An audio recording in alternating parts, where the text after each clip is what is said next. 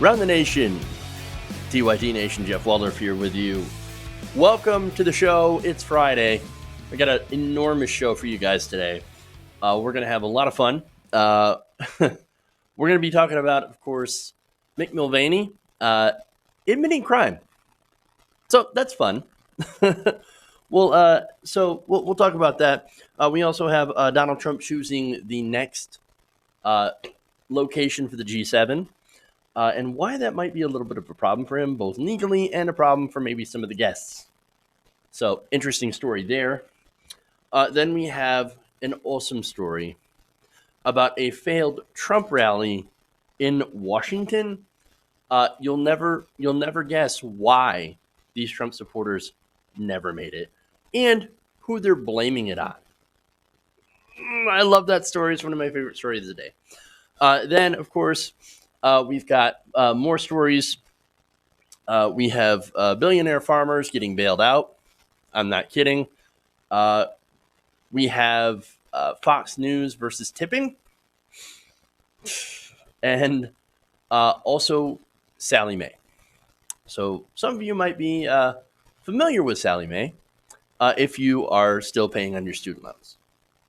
So interesting stuff, man. We got a great show for you guys today. Like I said, there's some of the stuff that we're going to cover today.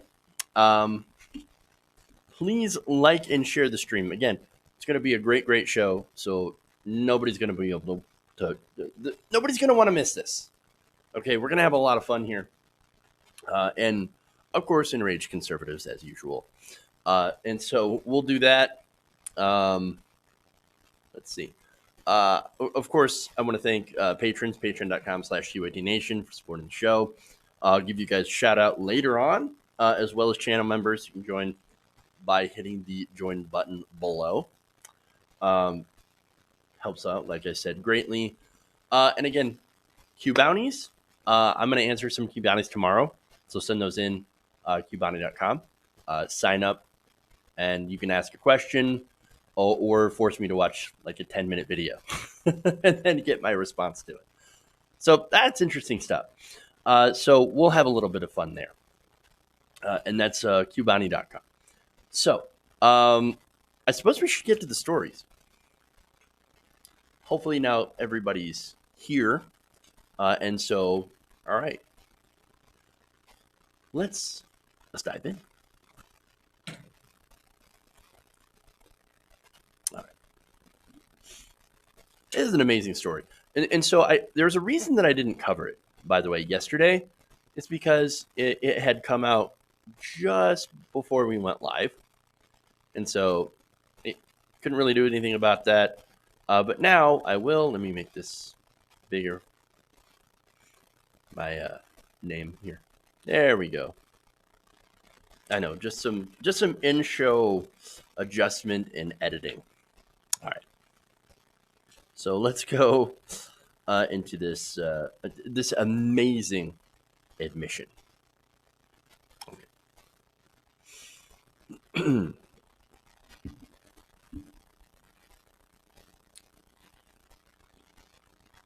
Donald Trump's chief of staff, Mick Mulvaney, held a press conference in which he basically admits crime.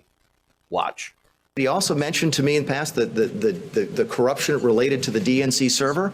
Absolutely. No question about that. But that's it. And that's why we held up the money. Now, there was a report. So the demand for an investigation into the Democrats was part of the reason that he ordered to withhold funding to Ukraine. The look back to what happened in 2016 certainly was part of the thing that he was worried about in corruption with that nation. And that is absolutely appropriate. Withholding the funding. Yeah. Oh boy. So what is that in relation to, by the way, with Ukraine? Well, that's an insane conspiracy theory that it was the Ukraine or people in Ukraine that hacked the DNC, not the Russians. And so there's some sort of secret server that's located within Ukraine and that they're trying to hide it. And so Donald Trump says, go and find the server so that we can disprove the entire Mueller probe. So that's what that's about. Again, there's no proof of that. It's a crazy conspiracy theory, but there it is. There it is. So now, look, that reporter, when he asked, you just said quid pro quo. Isn't that quid pro quo? And he said, no, that's completely and utterly appropriate. It's in the whistleblower report. It's in the memo. Mulvaney just admitted it right there. But no, we're going to have more video on this. And then comes the hilarious backpedal / explanation. Take a look. Impoundment, and I know I just put half you folks to bed, but there's the Budget Control Act, Budget Control Impoundment Act of 1974 says that if Congress appropriates money, you have to spend it. Okay, at least that's how it's interpreted by some folks. And we knew that that money either had to go out the door by the end of September, or we had to have a really, really good reason not to do it. And that was the legality of the issue. But to be clear, what you just described is a quid pro quo. It is funding will not flow unless the investigation into the Democratic server happen as well. We do that all the time with foreign policy. We were holding up money at the same time for what was it? The Northern Triangle countries. We were holding up aid at the Northern Triangle countries so that they would change their policies on immigration. Well, McKinney said yesterday that he was really upset with the political influence in foreign policy. That was one of the reasons he was so upset about this. And I have news for everybody. Get over it. Hey, get over it. We do it all the time. I mean, you know, these Northern Triangle countries. Yeah, okay. Trade deal is one thing, right? No, but this is different. This is Donald Trump's personal political gain. That's him winning re-election and disproving these supposed phony witch hunt investigations around him. That is personal political. That is quid pro quo. That is absolutely illegal. You cannot ask. And by the way, the reason that it's illegal is that it counts as a campaign contribution. He would be literally getting a campaign contribution from a foreign source. It's spelled out in the Constitution that you cannot ask favors from foreign countries. And this idiot goes out on TV and he says, get over it. Get over it. Yes, that's exactly what we did. It's entirely appropriate, 100%. What are you going to do about it? What are you going to do about it? So now, of course, the administration goes into full damage control. First, Mulvaney. So now he releases a statement. And he said, once again, the media has decided to misconstrue my comments to advance a biased and political witch hunt against President Trump. Let me be clear, there was absolutely no quid pro quo. Again, you saw the video. You saw them asking, is that quid pro quo? And he basically says yes. Now he says, no quid pro quo. None at all. And again, it goes back to the talking points that not once, but twice, and I didn't get to report on the second time, where the White House, the administration, accidentally emailed their talking points to Democrats. Frickin' hilarious. So now, let me continue with Mulvaney's statement. He said, no quid pro quo between Ukrainian military aid and in any investigation in the 2016 election. The president never told me to withhold any money until the Ukrainians did anything related to the server. As we can see, not at all true. So now, again, damage control, right? So that's Mulvaney's statement. Let's go to Jay Sekulow, who is one of Donald Trump's personal lawyers. On Thursday, he said this, quote, the president's legal counsel was not involved in acting chief of staff Mick Mulvaney's press briefing. Mulvaney, meet bus. There's more. The Department of Justice, who again is involved in this, they said, no involvement by Attorney General William Barr. Mr. Trump has not asked Barr to contact Ukraine for any reason. And a Justice Department spokesperson added on Thursday that the White House was withholding aid in regards to the cooperation of any investigation of the Department of Justice. That is news to us. Again, Mulvaney, meet bus. Justice Department officials were also said to have been, quote, confused and angry. Well, I understand that because that's me about 90% of the time, confused and angry when it comes to this administration. So now, basically, they were that way because they heard that Mr. Mulvaney said the White House had frozen aid to Ukraine in exchange for help with the Durham investigation or the investigation into Ukraine, according to a person familiar with the discussions. And add in this, Donald Trump himself, after watching that, was also enraged, according to a source close to the president. Quote, he was not happy. Oh, again, Mulvaney meet Bus. Are you seeing the pattern here? Everyone is like, Mulvaney, his fault. He did it. We had not Mulvaney who? Oh, that him, he was just a coffee boy. Hilarious. Not you even got Sean Hannity in his show saying this. This is on his radio show. Quote, I just think he's dumb. I really do. I don't think he knows what he's talking about. That's just my take on it.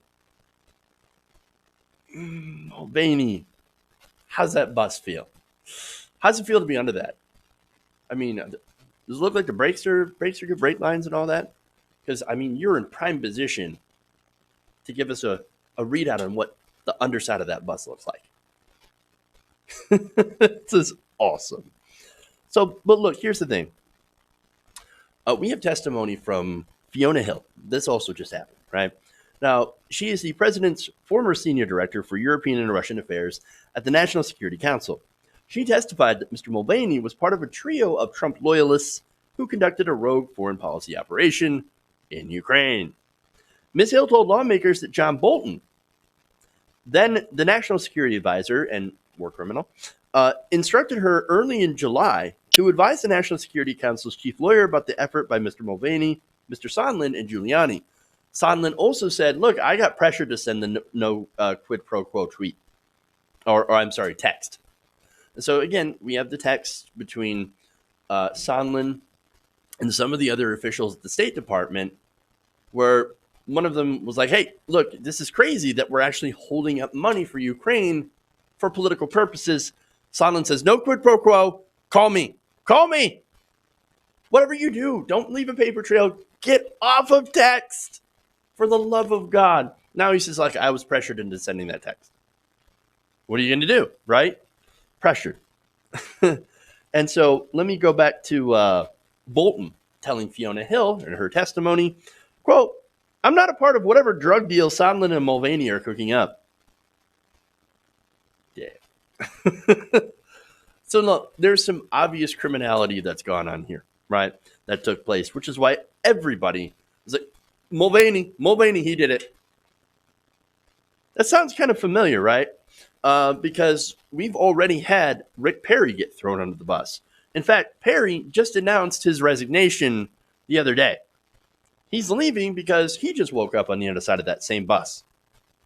And now here comes Mulvaney. Look, I don't know about you, but I think Mulvaney is not long for this administration. You can see it. When everybody starts to throw him under the bus and distance themselves, as Trump has, as well as a lot of members of the administration over this Ukraine thing. I mean, it doesn't take a genius to see it. Maybe it won't happen tomorrow. Maybe it won't happen next week. But pretty soon, I think Mulvaney is either going to wise up and say, okay, I'm out. I'm gone. I'm not going to take this anymore. Or Donald Trump is going to ask for his resignation. We'll see when it happens, but I can almost guarantee that it will happen.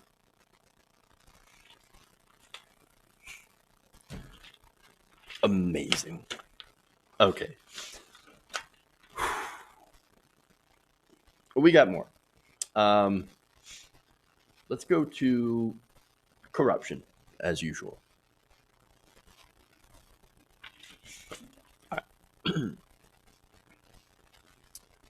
It appears that President Trump has chosen where to host the next G7 meeting. Now that is happening in June. And unsurprisingly, it's at one of his resorts. Can we all say corruption? Now, Trump's acting chief of staff, Mick Mulvaney, during a disastrous press conference that has gotten attention for all the wrong reasons, also announced that Trump had chosen his Miami Doral resort for this diplomatic meeting. So now, in saying that, or in choosing it, Mulvaney had said, quote, it's almost like they built this facility to host this type of event. Of course. How convenient, right? That we just happened to build this, and now Trump is president. And now look, oh, it's the perfect place to host a G7. Now, Mulvaney said, well, wait, in case you're worried about corruption, which we do in spades, don't worry about this one. Donald Trump promises that the hotel will put the summit, quote, at cost. We're not going to make any profit from this. In fact, he said, I think the president has pretty much made it very clear since he got here that he doesn't profit from being here. That's hilarious. Why doesn't he release his taxes? Quote, he has no interest in profit from being here. Are you kidding me? That is the biggest fraudulent statement I have ever seen. Donald Trump, you're trying to tell me that Donald Trump has no interest in profit. Bullcrap. Absolute bullcrap. Of course he has an interest in profit. That's the whole point of him being president. He's taken every opportunity to take money, public money, and put it in his pockets. For example, pressuring, let's see, having Mike Pence, or what I like to call him, Mike Pounds, go to a specific Trump resort or Trump hotel when he was staying in Ireland. That was a 100-mile trip between his destination and the Trump hotel. Not only that, but you also had the airport deal where Donald Trump made a deal with the airport before he became president, saying that, don't worry, we're going to give you traffic to that airport. And then what we're going to do is, in return for that traffic, I need you to direct your guests to go stay at this hotel. And then we both win. I get money, you get traffic, and you're no longer a struggling airport. And then, by the way, now that he's president, lots of taxpayer money is ending up going both to that hotel as well as airport. Not a coincidence. Absolute corruption. Jesus. All right. So there's more. Now, the whole problem is that Trump holding the summit there will essentially force government officials to pay the Trump family in order to stay at their own resort. That money ends up going right back into the Trump organization's pockets. And, of course, into Trump's pockets. Now, what's interesting about this as well is that this is the G7. So you're going to have a lot of foreign leaders, not to mention their entourages, coming with them and staying at this hotel. So now, the thing about that that's interesting is this could count against a emoluments clause. This is a foreign emolument. The Constitution is very, very clear. The president is prohibited from accepting a gift or payment from a foreign government source. That's the emoluments clause. It's very, very clear. And second, the president is also prohibited from taking any kind of payment from the federal government that is beyond his salary. Again, government officials will also be staying at the Doral Resort during the G7. And so all that money, again, goes back into Donald Trump's pockets. This is absolute corruption.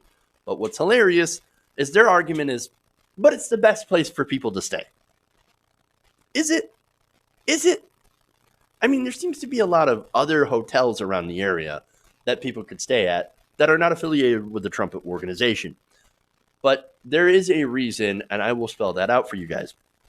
But first of all, let's look at whether or not this is the best place for people to stay. Now, this will be held in Miami, right? In the middle of June. So not only is it going to be super hot, it's also going to be super humid and very, very uncomfortable. That is why during that month, during those summer months, the Doral has very, very high vacancy rates. Several event planners, by the way, reached on Thursday noted that the Trump Doral was certainly not the only resort in the United States that could handle an event like the G7. So that's another thing, right? So it's not that there's not places around that are better suited and that this is the only choice, right? No, there are other places that are suited and also better places overall, even if you're only counting the weather. So people are going to sweat their asses off. It's going to be hot. It's going to be sticky. It's going to be very uncomfortable. And there are other concerns as well. But here's why Donald Trump picked Doral. And this is according to financial filings obtained by the New York Times. Doral had struggled financially since the Trump family had bought at the resort in bankruptcy in 2012, reportedly paying about $150 million to that property. And, by the way, in order to finance that, this supposed billionaire ended up taking about $100 million in loans to help finance the project. And, of course, the only people that will lend him that money is Deutsche Bank. No one else would touch him. He's an absolute credit risk. And so what does Deutsche Bank do? Well, Deutsche Bank, of course, loans him the money in order to buy this resort. Now, this resort actually is Donald Trump's, I think, main source of income. And yet, at the same time, the document showed that the property had lost $2.4 million in 2014. And since then, the Trump organization has not disclosed their profit margin. So at this time, here you have the administration who has a known failing property that at a time where vacancy rates are very, very high, saying, oh, here's an idea. Let's get everyone to stay at the G7, or let's get the whole G7 delegation to stay at this particular hotel, even though it's an off season. Wonderful. Not only that, but also local officials said that holding a summit at the resort would be very complicated, given the resort, the proximity of the resort to major area roads, including two that are immediately adjacent to the resort and might need to be closed to ensure security. Ray Valdez, spokesman for the Doral Police Department, said this, quote, "It's in the middle of the metro area of Dade County. This will require a logistical feat." So, not only do they have all those other factors that I pointed out, but you also have, it's going to require a logistical feat to even make this possible, which is going to cost the city, of course, money. And it's also going to disrupt a commute in the middle of Dade County. It's an absolute disaster. And beyond those challenges, by the way, G7 guests might have another thing to contend with. Bedbugs. So now we get to the last hilarious part of this. It turns out the Doral Resort used to have a little bit of a bedbug problem. The Trump organization was sued back in 2016 by insurance executive Eric Linder after his back, face, and arms were, according to the lawsuit, devoured by voracious bedbugs during a stay in March of that same year. So, awesome. Humid temperatures, massive logistical feats, as well as traffic concerns and safety concerns, and now also bedbugs. Also that Donald Trump can put a few extra bucks into his pocket. Let me ask you guys, with all this corruption going on, are you winning yet?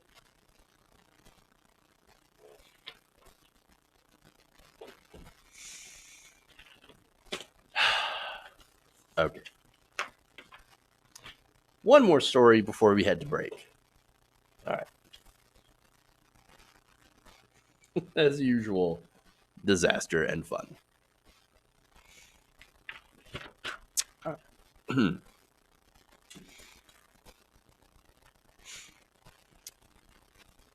Hundreds of Trump supporters recently took to social media to angrily denounce U.S. Coachways, it's a bus company, after they failed to convey them to a March for Trump rally in Washington, D.C.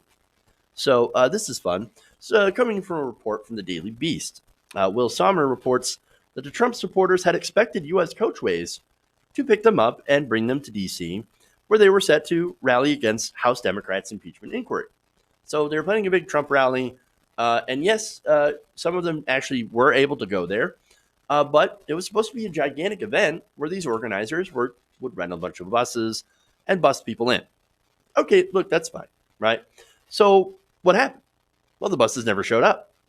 And now after the buses never showed up, angry Trump supporters claimed that the bus company was part of a conspiracy to silence their free speech. Hilarious. Okay, so now I'm going to give you the actual facts, but first, let's get to some of the freak out. Let's go to Women for America First. It's one of the organizers behind the anti-impeachment rally. In a statement, they said, quote, "We're incredibly disappointed that U.S. coachways, their actions prevented hundreds of Americans from exercising their First Amendment rights and to have their voices heard." More freak out. Let's go to Twitter here. Deplorable female says, quote, "All charter buses were mysteriously canceled last night on the organizers at 8:45 p.m. from all points across the country to D.C. Deep state is diabolical, but deplorables will find a way. We are here. Hashtag liberal hate." Debbie Sarr tweeted this. The bus in Philly is canceled. Their transportation to the Women's March in D.C. I'm hearing every bus on the East Coast canceled. How corrupt can the Democrats be? Really? What do the Democrats have to do with this? Like the Democrats in Congress. That makes no sense. But here, you've got unhinged people that can't help themselves. Everything is a conspiracy. It's the deep state. It's the liberals. They're canceling our buses. No. You want to know what really happened? Here's what happened. The buses didn't come because nobody paid them. Hashtag capitalism fail. Now, this is according to U.S. Coachways Chief Marketing Officer Joseph Heap. So he tells the Daily Beast that the company had withheld the buses, not because it's the deep state trying to go after Trump supporters and stop their First Amendment. No. It's because their credit cards were declined. Oops. In fact, Heap tells Sommer, quote, "We want to get people down there, but unfortunately, payment is required. Like, you actually have to pay us first." How hilarious is it? And how very Trumpian of them, by the way. Donald Trump also doesn't pay his bills. So now, let me give you more detail from the article. Heap said one of the rally's organizers contacted the bus company, and this is how the arrangements were made. Look, there's a lot of logistics involved, obviously, but they said that they organized that the organizers contacted the bus company about 10 days before the event and attempted to organize buses in multiple states, including New Jersey, Pennsylvania, Maryland, New York, and North Carolina. As the event neared, however, the organizers still hadn't put a deposit down in the buses, potentially leaving U.S. coachways in the hook for thousands of dollars. Again, a very Trumpian move, right? So now, the organizer only officially confirmed the buses at 3 p.m. on Wednesday afternoon, just hours before the buses had to leave at 11:30. Complicated matters, according to Heap, were Department of Transportation regulations that required 2 drivers for some of the buses.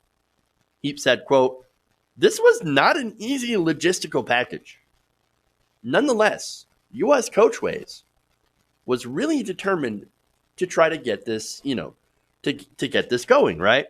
Coachways agreed to organize the last-minute bus order, but when the company tried to run the organizer's credit card to pay for the buses, it was repeatedly declined with only one charge, a charge for one of the buses, succeeding." Heap said, quote, "We were still there, ready to do this, but unfortunately her credit card kept declining." How sad. Oh, how wonderfully pathetic. As is, of course, their subsequent meltdown. One Trump-supporting YouTuber posted a video that said this, quote, "Guess what, you lefty soy-drinking latte pieces of crap? You're not taking this country. It ain't gonna happen." Really? Look, guys, let's be fair. I don't even like soy. I think it's kind of gross. I've never had a soy latte. But hey, man, good luck with that. Good luck with keeping the country, especially considering that you can't even correctly charter a bus. Good luck with that, guys. Sad. All right. I'm going to take a break. We'll come back. I'll read some comments, thank some members, and if there are any super chats, read those as well. So we'll come back, couple minute break, and we'll have plenty more show for you guys. So stay right here around the nation.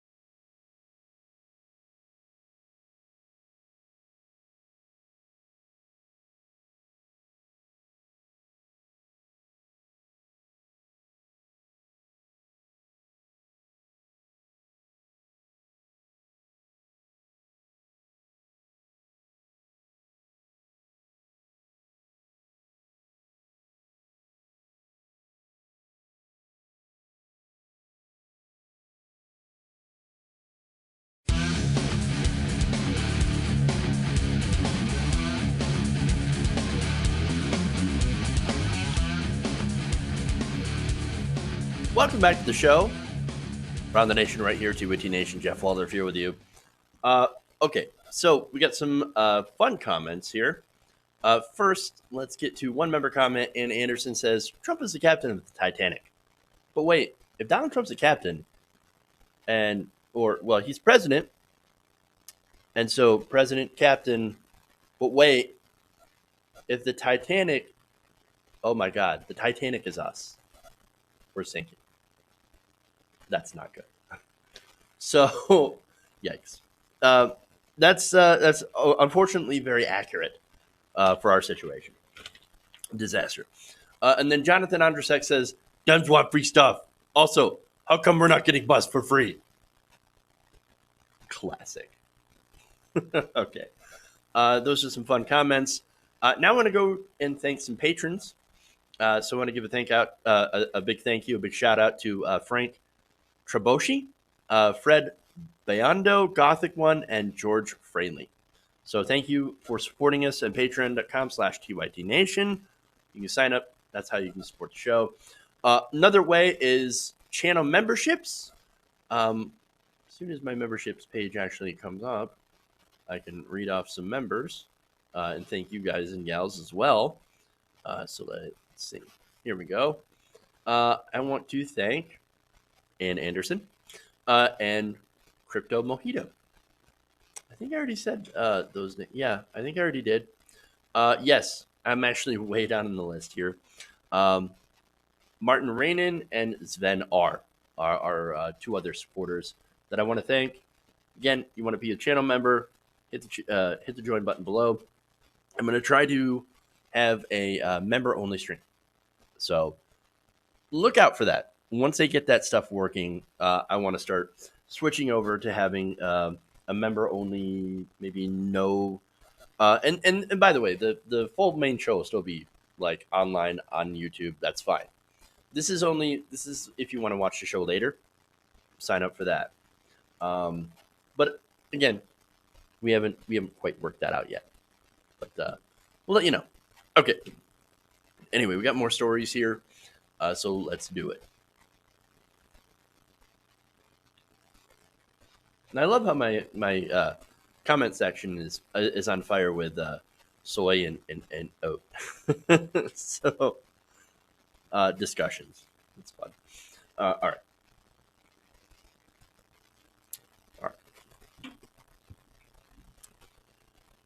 President Donald Trump's trade war has devastated small farms across the Midwest. So, in an effort to stem the bleeding from this ridiculous trade war, farmers, and to ensure that, of course, farmers still turn out for Donald Trump, the administration gave out giant amounts of money in farm bailouts. So now the recipients of these bailouts, however, are not the struggling small farmer, but as you're about to see, incredibly wealthy farmers. And people that actually don't even farm. Now, on Thursday, the Associated Press reported that West Virginia Governor Jim Justice has received money, a bailout for his farm. That's $125,000 in emergency stabilization payments for those farms. Well, now, wait a minute here. Jim Justice, he's governor of West Virginia, as I mentioned. Why is he getting $125,000? Now, look, he does own some farms, and he does own some businesses, right? But the guy's also worth about $1.5 billion. So he's a billionaire. Now, not only that, but Justice, which, by the way, ironic name, because he seems to stand for the opposite of justice, is a former conservative Democrat that turned to Trump-loving Republican. So he ran as a Democrat. As soon as he won election, he turned to be a Republican. Fantastic. So now, fake Democrat, right? And this, by the way, the same party, right? This is the same party that says, oh, Bernie Sanders is not a Democrat. Well, what was Jim Justice then? Obviously using the Democratic Party before switching to a Republican. But anyway, so now that's not why I'm angry at him, even though, yes, it's completely hypocritical. But also, he's, again, incredibly conservative, owns coal mines, supports coal mining, so not a fan of doing something about climate change. And he's against clean water regulation. So, or any other kind of regulation as well that would impact his businesses.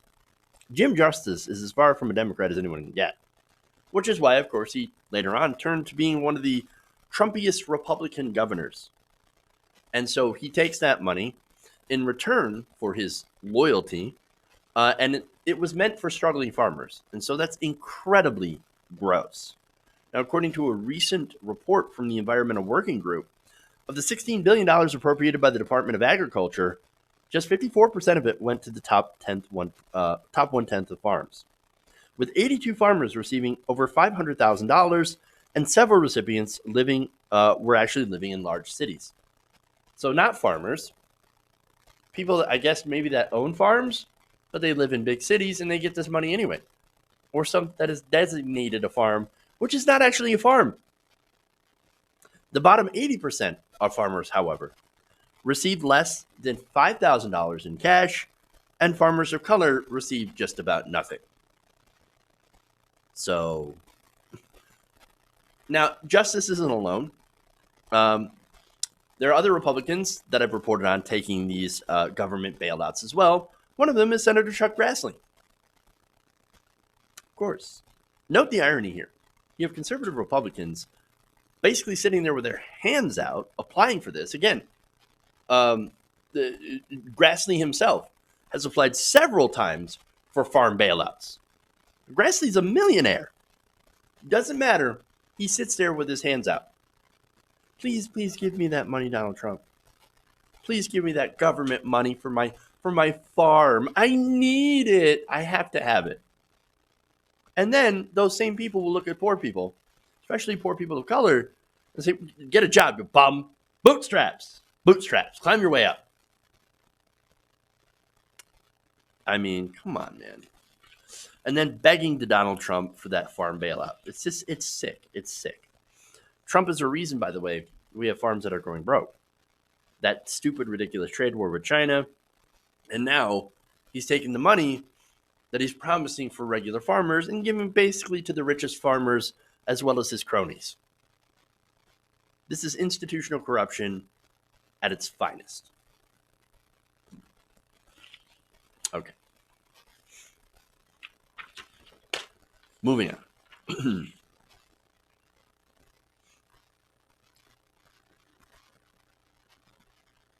Let's go to Fox News versus tippers, or versus tipping.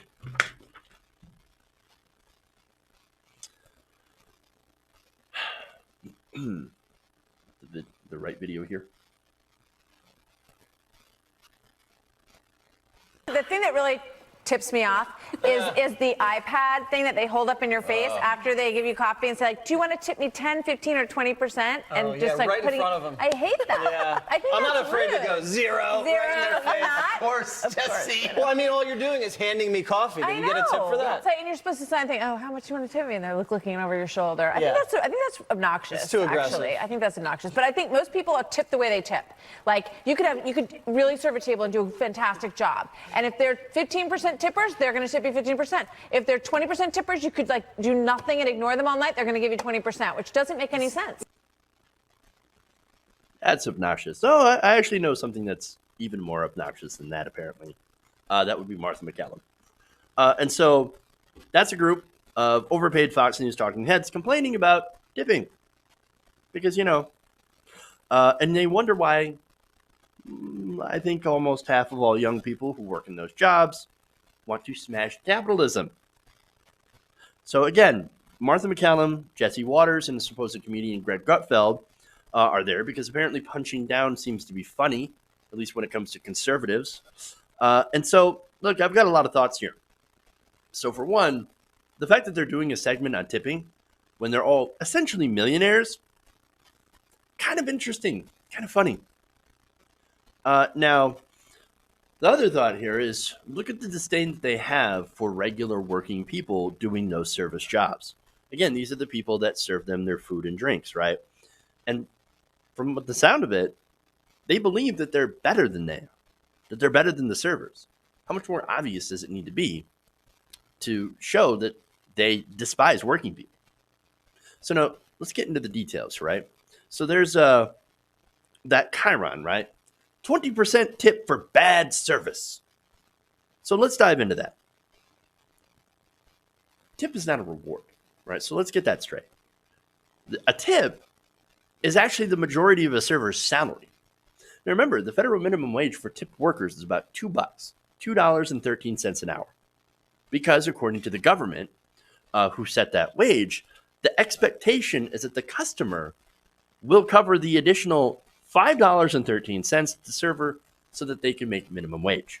And sometimes, look, people, I've known tipped workers who brought home quite a bit more than the minimum wage. And so there is that opportunity to be able to make quite a bit more than if you were regularly working a minimum wage job. But again, it varies greatly. And some people can barely take home the minimum. And so that's something to think about. And so, look, that's kind of messed up, right? When you think about it. I mean, these companies are telling us that they cannot get by paying the federal minimum wage of $7.25, and they have no choice to pay them 1/3 of that wage and let the customers make up the difference, who are already also paying for the food, by the way. Really? Really? It's laughable. No, but the overall point here is that service has pretty much nothing to do with tipping anymore. The customer is essentially responsible for the employee wages. So I would suggest that you tip so that the person can actually survive. That would be helpful. So now for cafes and coffee shops, right?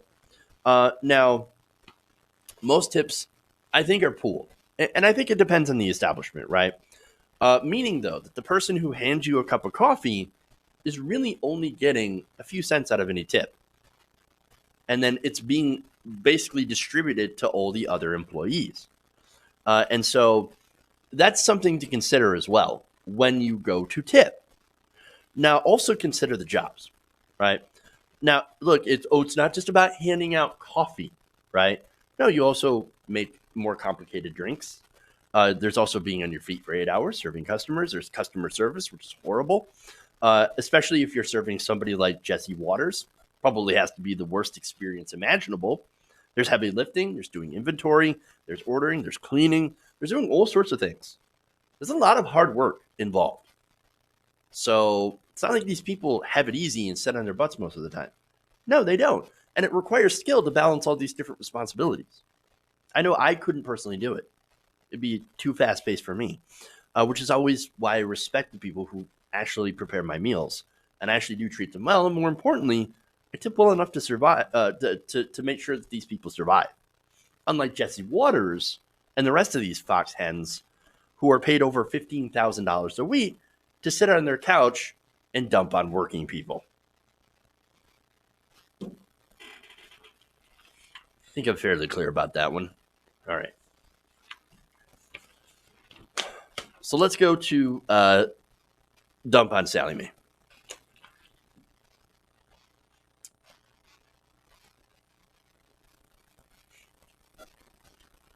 All right.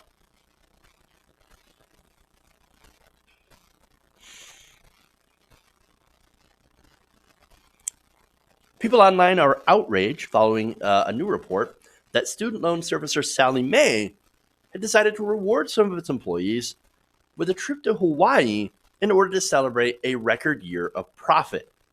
So they had made actually about $5 billion. And now let's go to a quote here from Ray Quinlan, the CEO of Sally Mae. He said this, quote, "Hey, look, Maui's a pretty nice spot. And so if you wanted to stay a few days and wanted to bring family, that's up to you."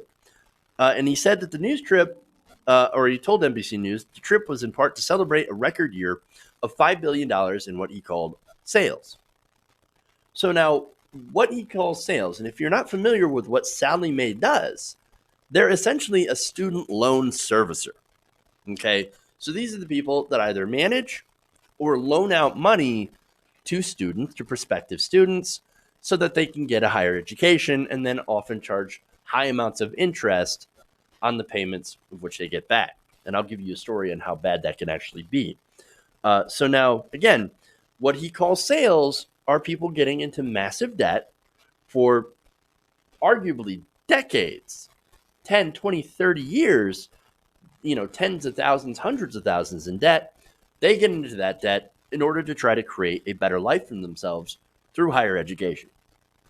Now, these borrowers, who, by the way, owe collectively billions of dollars, and when it comes to federal student loans, $1.6 trillion.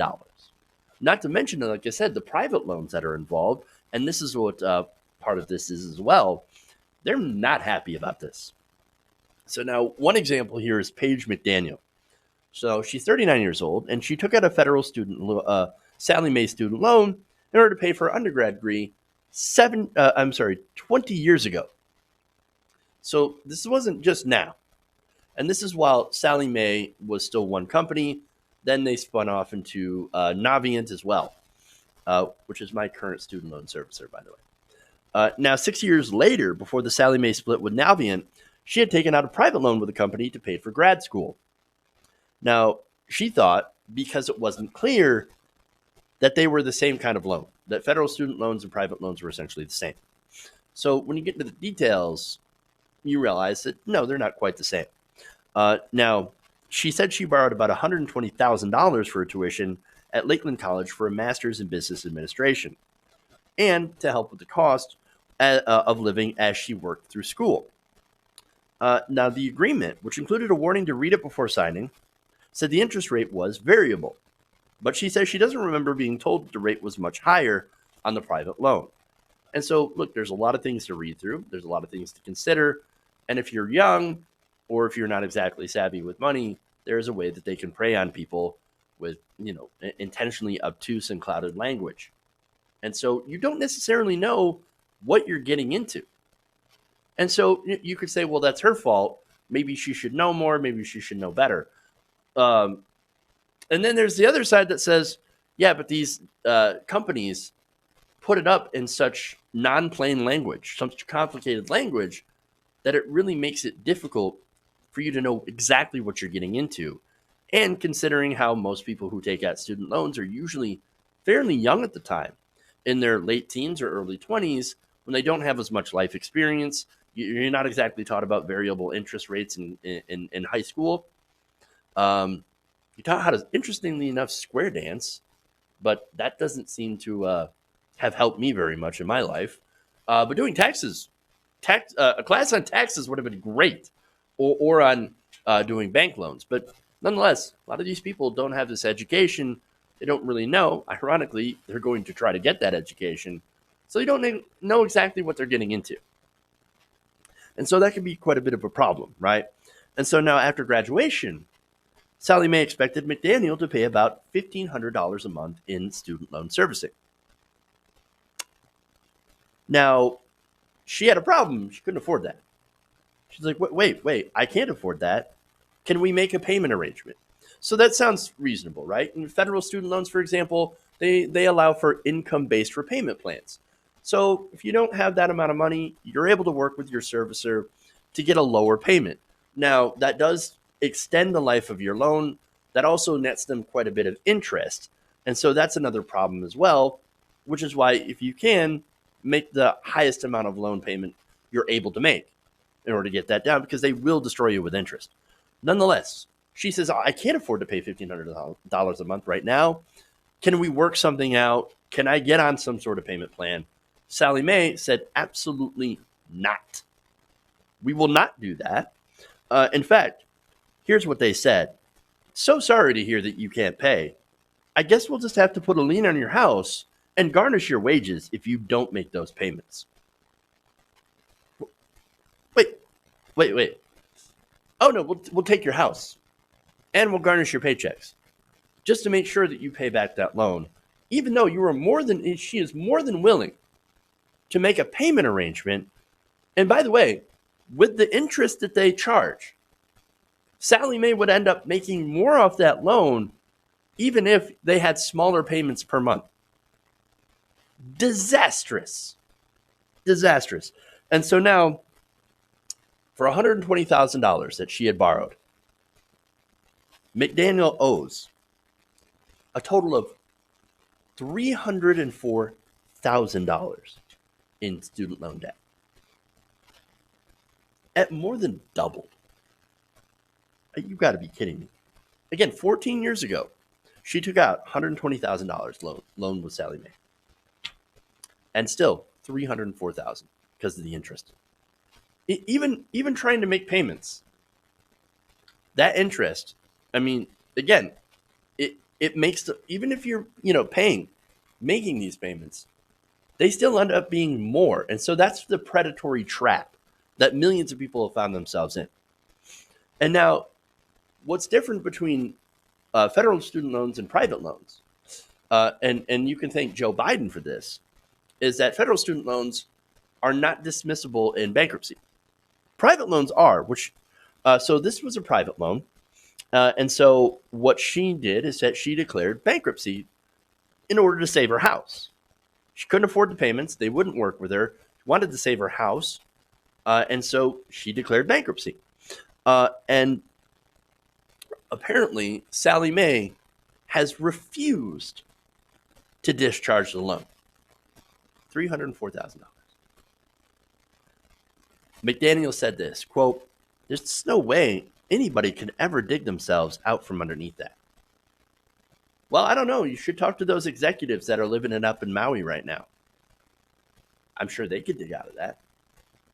$5 billion worth in quote unquote sales. Jeez. Now, again, I know conservative reaction to this will be like, well, you shouldn't have taken the loan out in the first place. Ha ha, loser. What are you going to do now? I know, right? But look, here's the thing.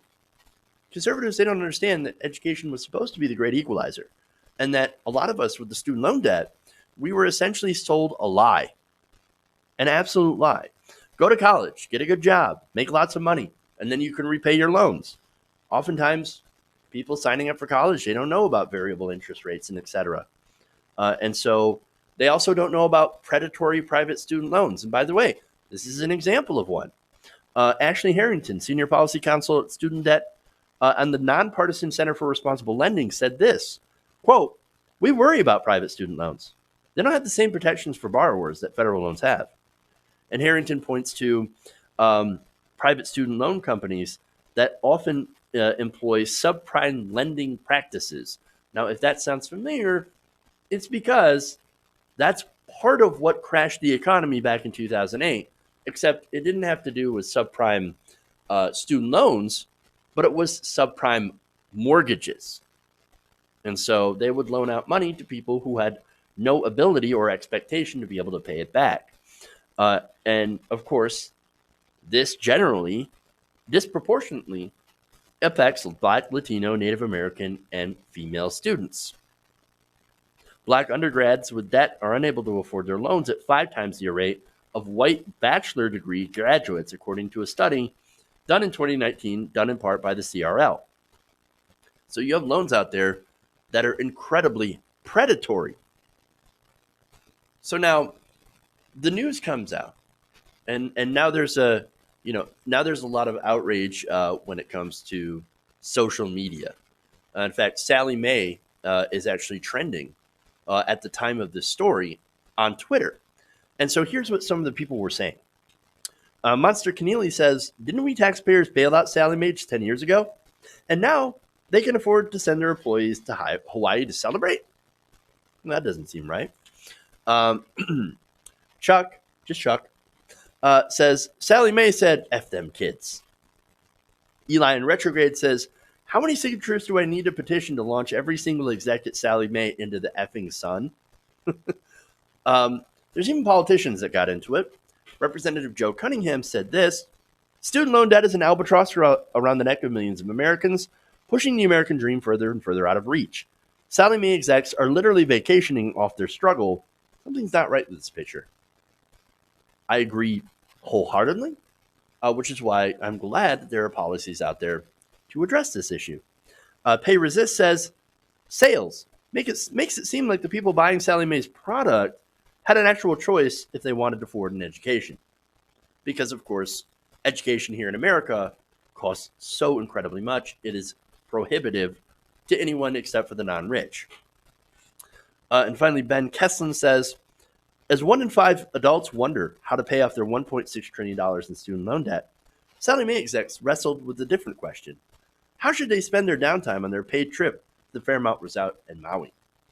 And it really kind of shows you the two different worlds that we tend to live in. There's the haves, the world of the haves, and the worlds of the have-nots. Now, I think student loan debt shouldn't exist, period. We shouldn't have to pay enormous sums of money and get into debt for the next 20, 30, 40 years in order to get an education. That shouldn't be a thing, but it does. But it is a thing, and it does exist here in America. Now, there are two presidential candidates right now that do have a bit of a plan to deal with it. So now Elizabeth Warren, let's go to her plan first. She basically wants to forgive some of that student loan debt. Hey, that's a start. Now, the plan would heavily rely on means testing because, as they say, well, we don't want billionaires having their debt forgiven. Now, tell me what billionaire or millionaire takes out debt to go to college or to send their kids to school? Nobody. Yeah, you can't come up with that answer. So now there's another plan. Bernie Sanders. Bernie Sanders says, let's not deal with any of that. No means testing. Let's just take this debt and throw it in the garbage. We're going to cancel all $1.6 trillion of student loan debt. And, by the way, ensure through free college that no one ever has to deal with the burden of student loan debt ever again. I will leave that up to you, which plan you think would be best to solve this problem. But it is a problem. We need to address it. All right. That's it. That's all I got for you guys today. Thank you for going around the nation with me. Please like and share the stream if you haven't already. Very important that you do so. It helps us out greatly. Check out the clips. Also, consider subscribing to the channel or becoming a patron or channel member. So patreon.com/TYTNation. That's how you can sign up for that. And for the membership, hit the join button below. Ask me a Q bounty as well. I'll get to those this weekend. And otherwise, you guys have a great weekend. Stay safe, and we'll see you here on Monday around the nation. Oh, almost forgot. Change begins with you. Love you guys. We'll see you later.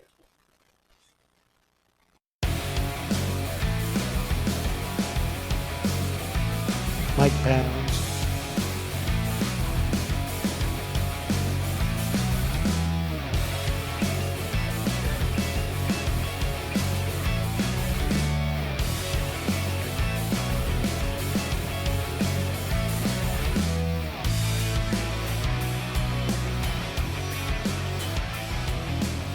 Mike Pounds.